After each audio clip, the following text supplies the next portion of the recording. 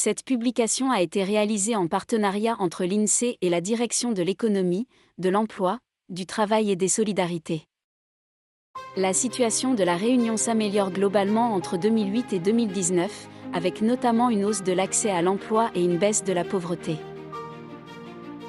Pour l'étude, les 114 quartiers de La Réunion ont été répartis en 5 groupes aux caractéristiques homogènes, à partir des données de 2019.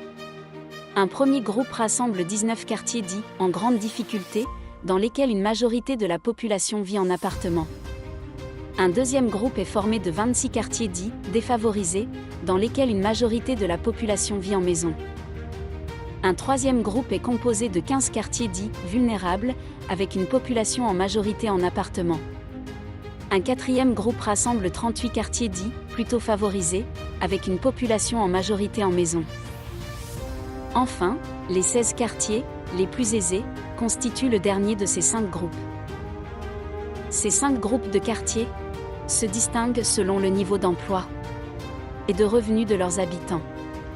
Ainsi, le taux d'emploi, c'est-à-dire la part de personnes en emploi parmi celles en âge de travailler, varie de 38% dans le groupe des quartiers en grande difficulté, à 59% dans celui des plus aisés.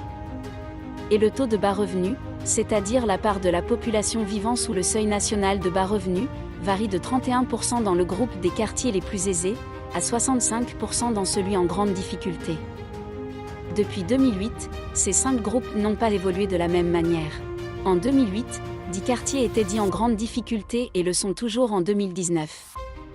Parmi ces 10 quartiers, comme Beaufort à Saint-Benoît et Basse-Terre à Saint-Pierre, l'accès à l'emploi ne progresse pas suffisamment pour qu'ils quittent le groupe.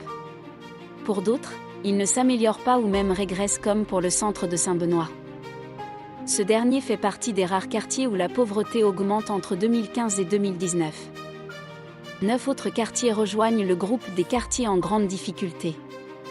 Au Port, dans le quartier de la zone industrielle Rivière des Galets, et à Saint-Pierre, dans le quartier de la Ravine Blanche Pierrefonds, la situation s'améliore depuis 2008 mais pas assez pour leur permettre de rester dans leur groupe.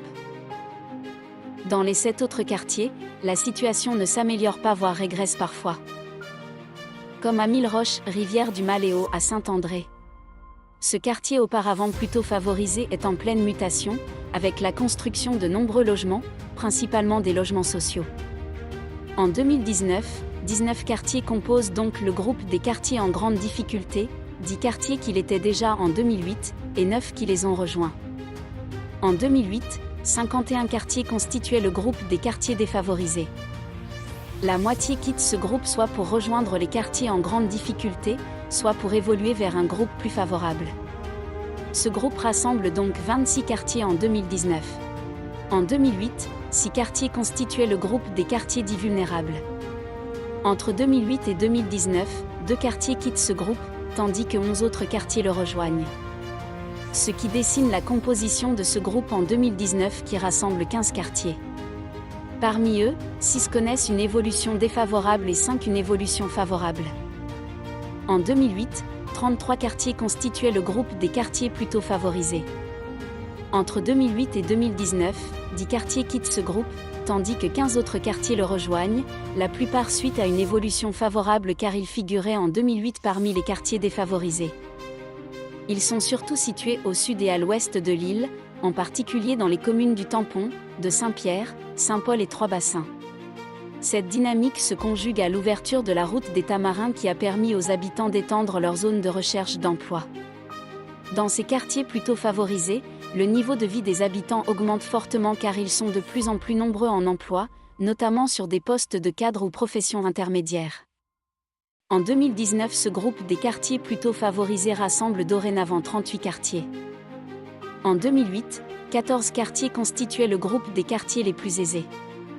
Entre 2008 et 2019, 2 quartiers quittent ce groupe, Montgaillard-la-Providence à Saint-Denis et Rivière-des-Galets à la Possession. 4 quartiers rejoignent le groupe des plus aisés, comme le quartier de la ressource terrain Elisa à Sainte-Marie.